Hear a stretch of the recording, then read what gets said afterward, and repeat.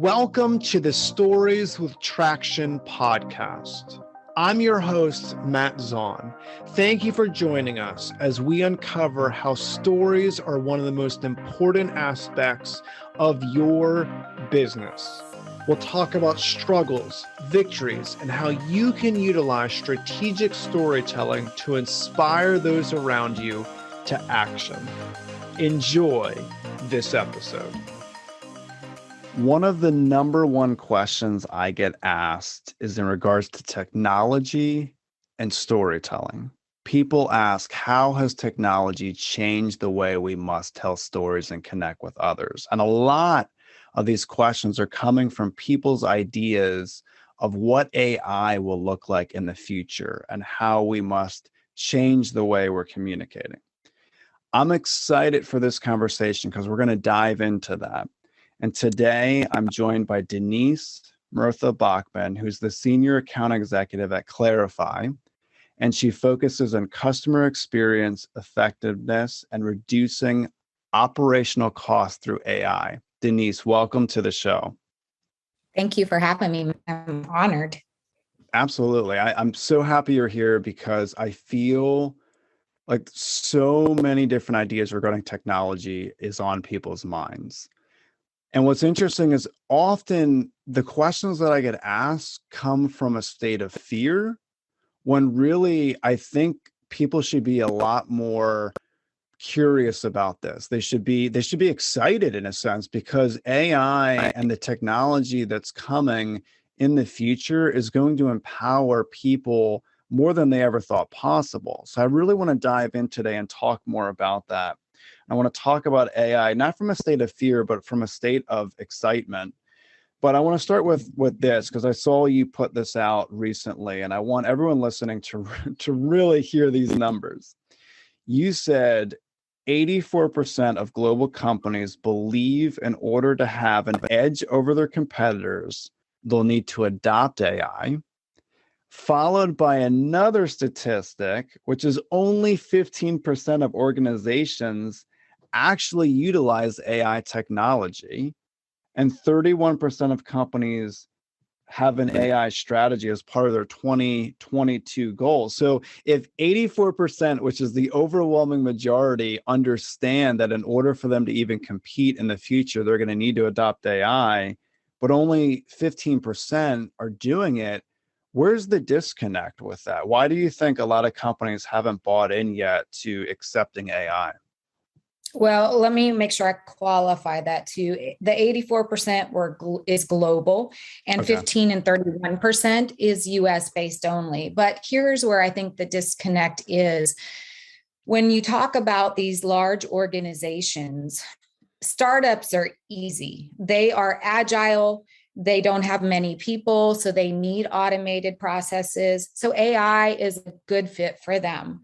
When you talk about the Fortune 500, the larger companies, the companies that have thousands of people in IT or providing a business service to their consumers, we're talking about products or architecture and software and processes that they've had in place for a while. AI is this unknown. There's a little bit of fear. And one of the fears, as it relates to just businesses in general, the individuals within those businesses, is that if you automate a process, you're taking away their job security.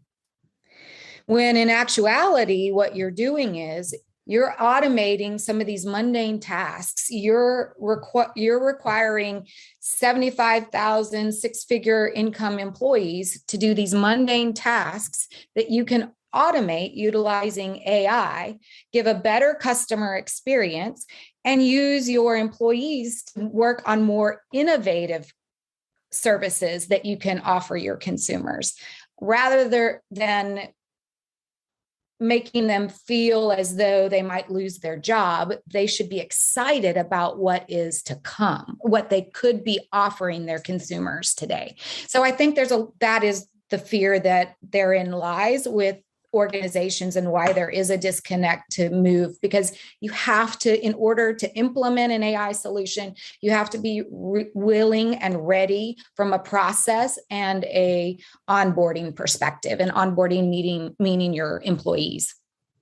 So you think there's going to be more of a shift in the market than job elimination? You think that the shift is going, like, this is going to replace more of the mundane, but it's going to really open up people to be more creative and innovative within different roles in a company? Agreed. Yes, completely. Okay. And that's been proven. There was a software company that I worked for that they use machine learning, not necessarily AI. Machine learning is a component of AI, right? AI has a lot of different components, but they use a lot of machine learning. But they started automating every single process that they could. Anything that they could automate, they did. And instead of firing those people that used to do those tasks, they actually made them automation specialists responsible for certain automation processes. So they became much more challenged, much more respected, and it was a lot more fun for them because they were able to create so many more things and do so many more things by figuring out ways to automate something that no one had ever automated before, right? So it really does help shift them to actually doing something that's more fun and innovative. Sure, sure. And all the data points that you get from it. And I've seen you talk about this a lot. And I just want to just stress the importance of this. Data is so powerful when we are crafting different messages, when we're uncovering stories. Having data to look at can really help us in our communication. It's not going to eliminate it. I actually think not only is it going to enhance it, I think it's going to become more of a need to connect in the most meaningful manner possible with these data points. I really want to talk more about that because I'm really big on people understanding their ideal clients. And once they understand their ideal clients, they can really speak to them. And understanding their ideal clients on a very deep level. And I've done episodes talking about that and the importance of really understanding who the person is, really, really understanding their audience, because then that really changes the way we share stories. But with AI, that it helps almost tenfold, because now people are zoned in and focusing on their ideal clients, but now they're focused on their ideal clients' purchasing behavior, on what they do, how they live their life, and they're able to really formulate these messages that really, really resonate with people. So I want to talk more about that.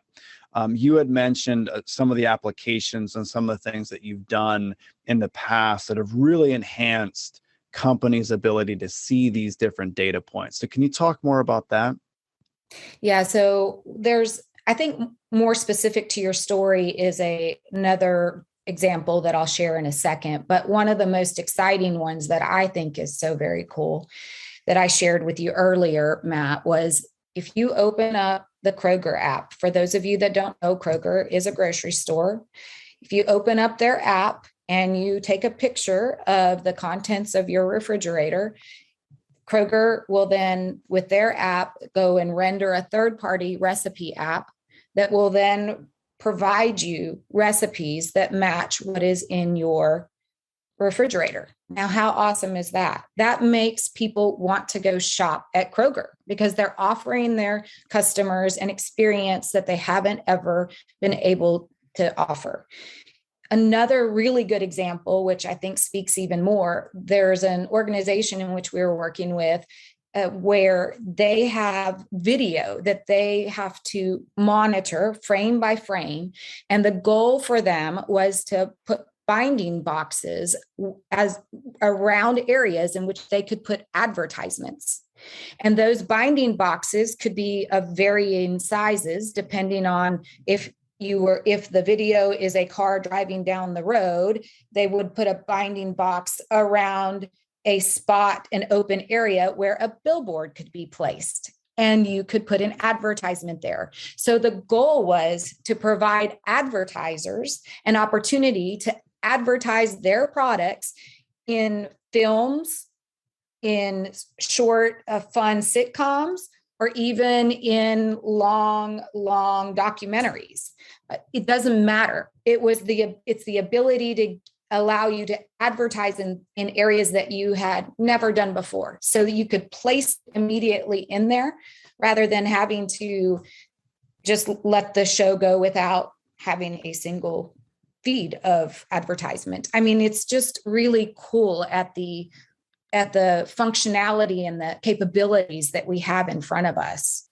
Sure. Oh, absolutely. So I want to talk a little bit more about this Kroger app and why something like this really does matter to companies, because I think a lot of people can miss the idea of how to formulate stories around this. So imagine an entity like Kroger actually getting access through pictures, and then back to your point about data on people's refrigerators. I mean, that's huge to see how people's refrigerators are set up, to see what's actually in there. So if there's a certain product that's in there and you know that this is the overwhelming majority of people are purchasing this product, now you can try to formulate stories around products that are similar but have a higher profit margin. Maybe the company realizes that a lot of people's refrigerators are unorganized, so maybe they're putting out stories regarding help with organizing your refrigerator to better fit people's ability to make things in the kitchen. There's so many different stories from a marketing and advertising perspective that can come from something like this. And I don't want companies to lose the idea that data is a good thing when it comes to stories, because it really helps people have a base on how to craft and formulate different stories and uncover different things that they might not have known were there. So for anyone listening that runs a company, obviously they've heard of AI, maybe they've been hesitant like most companies to adopt AI. Where would you tell them to start? Yeah, I think really the first thing you have to do is figure out what kind of service do you want to offer your customers that they don't have today. That is going to be what sets you apart from your competitor. So this Kroger app enabling them to render a recipe, who knows? Kroger is not my customer, so I don't want to assume that they're doing all those great things that you mentioned could be done, because those are amazing bits of information that they could be collecting. You could target your audience specifically for those refrigerators that are in the South and drink a lot of tea. So you're sending more tea and more tea advertisements, right? So there's a lot of stories that could be told definitely from the contents of your refrigerator. But I think finding a concept that you can offer that your competitors don't, just like Kroger did, is where you have to start. You have to figure out what is going to set you apart from your competitor. And then if you think you can, if you've got an idea, all you have to do is figure out how to turn that idea into an action. And that's where AI does, because a lot of times machines or people can't do it. It's too costly if you do it manually. Machines don't have the ability to do it without having something like AI feed that data to them. That's a really good point. Yes. Yeah, that's a really, really good point. So I just want to jump in just from a place for people to start. One of the things that I talk about quite often is regarding company core values. I actually recommend people don't focus on company core values, at least the words of the values, but they focus on company core stories. So they're focusing on stories that exemplify those values. I think a really good place to start is looking at the company's mission, looking at the company's values, the stories from the values, and saying, if this is what we're about, A, B, and C. So a lot of companies, they'll say the customer first, okay? And that's one of the things that they want to focus on. Well, if that's the case, the customer being first, what does that mean, right? So we often think in pictures. So the leader of the company's picture of the customer being first might be different than the picture of a team member's perception of the customer being first. So what does that leader actually want? Do they want speed? So when someone goes on their website, they want immediate speed that they're being engaged with. I mean, there's a lot of different AI functionality that can do that. Is it follow-up? Is that putting the customer first? Is someone gets a follow-up notification and within 24 hours? Like, there's different elements of AI and different technology IT pieces that can really help inform the team members' decision on when to follow up. So would you say that that might be a good starting place from a goal setting perspective, is to really figure out, like, this is who we are as a company. How can we utilize AI to enhance this? Exactly. And I think that when you ask that question and you're wondering what CEOs might be thinking, it's always going to be about how to improve the customer experience and make it much more efficient. Because today people are not going, if you go to the Uber app, for example, I'm calling Uber out and I'm not really quite sure why, but just the first one that came to mind. You go to your Uber app and it takes you a long time to render the location of the automobiles. You might actually go to Lyft instead because the app is taking too long, and too long could just be 2 or 3 seconds. What our consumers and customers demand today is very different than 5-10 years ago. There's no patience. And so they want efficiencies that are unlike, like the snap of a finger, right? Click of your thumb, whatever you want to call it. It's so important to provide efficiencies and customer experience that they are being recognized, their needs are being met immediately. Yeah, so that really speaks to speed. And I completely agree with you. I mean, I this is just one of the reasons, but I do think Amazon's delivery really changed their expectations on speed. I mean, a lot of people were in anticipation of receiving products, and now it's like, we want things unbelievably fast. And I do think Amazon had a big part to play in that. But what about quality, though? How could, for everyone listening, that they're really focused on quality, they're really focused on creating like really good experiences for their customers. And you did speak to this with regarding the Kroger app. I do think that's very it enhances the experience. But how can people look at this not only from a speed perspective, but also from a quality enhancing perspective? What do you think AI can do for business leaders to enhance the quality of care with product service to customers? Yeah, it can do a lot. So, for example, if you're a marketing organization or you're a retail who has to market, who is a marketing organization, even though they're retail, what you want to do is make sure that you have the appropriate message for the appropriate peak demographics. So there is, for example, a customer that we're working with who wants to be able to, if they know that this family has 2 kids and they're a boy and a girl, they want to be able to market specific ads that are tailored to the size ranges and the ages of those children and whether they're female or male. So being able to target your marketing campaigns so that you are more efficient and reducing costs, because now you can be more pinpointed and more direct with your marketing than just splattering out everywhere and going broad and hoping that someone connects with it. In other terms, if you have people who are unhappy, if we're talking about the customer experience, being able to understand their sentiment when someone is writing a text or putting something out on Twitter, instead of having to have someone manually read through all of that, having the AI give you the ability to understand the sentiment of someone's words will enable you then to determine what type of actions that you need to take in order to turn that around. So if your customers if you're seeing a lot of your customer sentiment is that they are unhappy, why are they unhappy? You can also even create a workflow that would enable you to dive deeper into why they're unhappy. So it's a matter of being able to improve your brand, improve your marketing, and be able to tell a story that truly then epitomizes your values and your mission.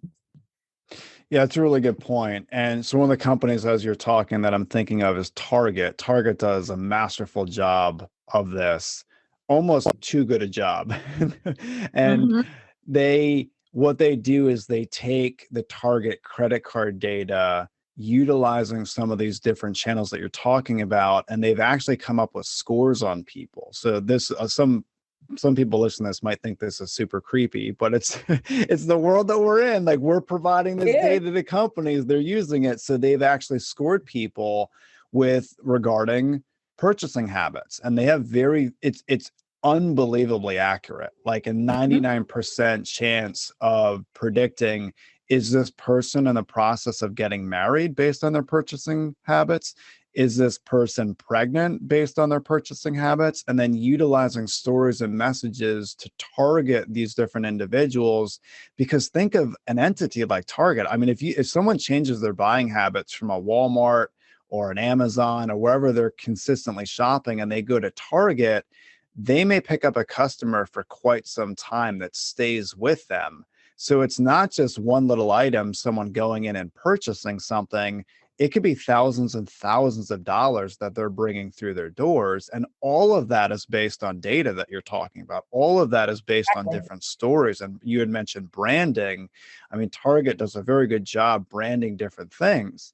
And I want people to realize, listening to this doesn't just need to be for large corporations. This can be for medium-sized companies. This can be for companies that actually use data points to really figure out, how am I connecting with my customers?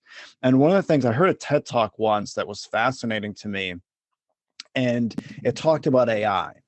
And during this talk, the individual said there's three things that AI cannot replace. It cannot replace empathy, it cannot replace compassion, and it cannot replace love. So those are different elements of storytelling. But what it can do is it can enhance our ability to communicate all three of those things to the world through data. I mean, think about the data points you're talking about, Denise, having all of that at our fingertips. Now we know the stories we need to tell to show how empathetic we are and our team is, to show how compassionate, to show how much we love and are passionate about our mission. So everything you're saying, I think, is not only invaluable, but it's going to be a need in the future. I think right now it's a luxury for some companies. I think in the next few years, it's going to be a need.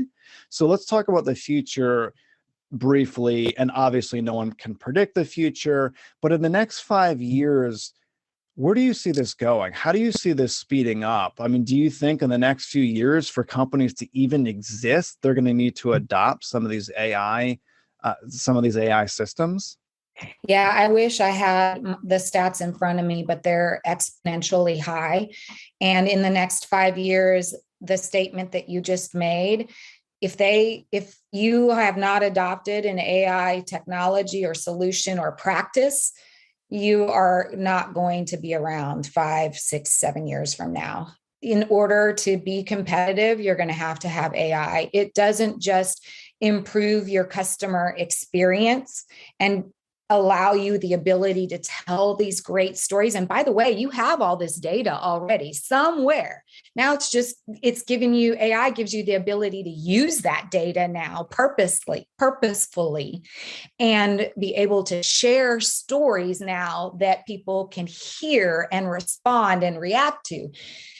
If you don't have that, not only are you not going to have a good customer experience, but you've got to be able, with the times the way they are, reduce your operational costs, and you've got to improve efficiencies. And efficiencies meaning, getting things to market faster, resolving issues faster, et cetera. While we touched on that at the beginning, because when a CEO is thinking about their mission and goals and customer experience, a lot of it is they've got to keep up with the customer and the demands and the dynamic industry or economy or society that we're in today. But additionally, you have to be able to tell the story so that you can capture and keep those. So customer experience is going to be key, but reducing cost and improving efficiencies are going to be just as important. And if you aren't taking advantage of AI as a strategy, then you're going to be left behind and probably non-existent. if the numbers are crazy when you look at some of the stats. I wish I'd have written them down, but interesting. I can even point some out in the body of the message later. Sure. Like on the Okay. comments. Great. Yeah, and we can definitely include anything in the show notes that you want for people to click on for sure.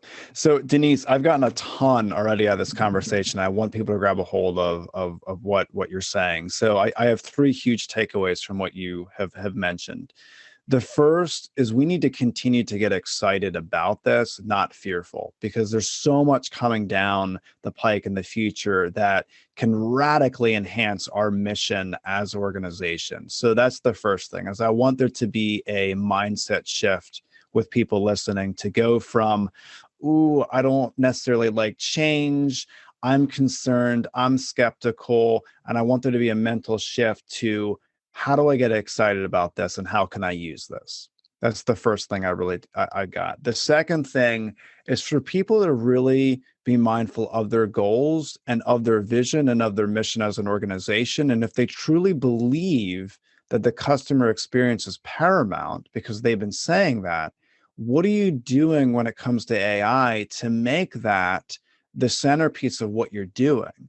If speed is a part of it, you had mentioned AI can help with speed. It can help with the quality of enhancing our customer experiences. So really sitting down and focusing on, here are my goals. How can we use AI to enhance those goals? And then the third piece is to just recognize that this can be the best tool that you have to communicate with your customers. Everyone talks about noise. Everyone talks about, there's 8,000 messages that people see in a given day. And how do you get above that noise? You get above that noise by sharing stories that really connect with your customers. And if there's a way to capture this data for us to be better at connecting with who we serve, I mean, that's an absolute game changer. So Denise, I want people to come to you for anything regarding AI needs if it comes to questions or if they want more information. So where's the best place that people can connect or reach out to you? Well, the best place is to just either email me at denise.murtha@clarifai.com. So again, Denise, DENISE.Murtha, MURTHA @Clarifai, CLARIFAI.com. Or you can just go to my LinkedIn profile. I'm in there under Bridget Denise. And you can DM me there. And I'm working on a landing page, so that should be helpful too. So look for that shortly, and it'll be a Bridget Denise landing page. Otherwise, I also on my profile page have a link, or I do have a link for my calendar, and you can schedule time there on my calendar link. Perfect. Awesome. So to make it as convenient as possible for everyone listening, I'll include all of those in the show notes. People can just click, they can go right to you. I highly encourage people to reach out to you on LinkedIn. You shared a lot of really good content regarding AI. Again, I think a lot of people have different pictures in their mind of what AI is or what it's going to be. I think you're really clear. You clarify that for people. You're really helping people when it comes to understanding AI. So thank you so much for your time today. I very much appreciate it. And I know that listeners got a lot out of it as well. I appreciate you giving me the time and the opportunity to try to share that AI is not this big brother scary thing, but it can actually be something that truly is an investment that will enhance everything you do and make you a better business and enable you to offer a service beyond what others can offer their customers. So thank you. Thank you for listening to the Stories with Traction podcast. If you have a story that you would like to share, feel free to drop an email to matt@mattzaun.com with the subject line Stories with Traction. Also, feel free to connect with me on LinkedIn, where I share tons of resources on how you can be a better storyteller. Remember, if you want to persuade with power and inspire those around you to action, you must share more stories.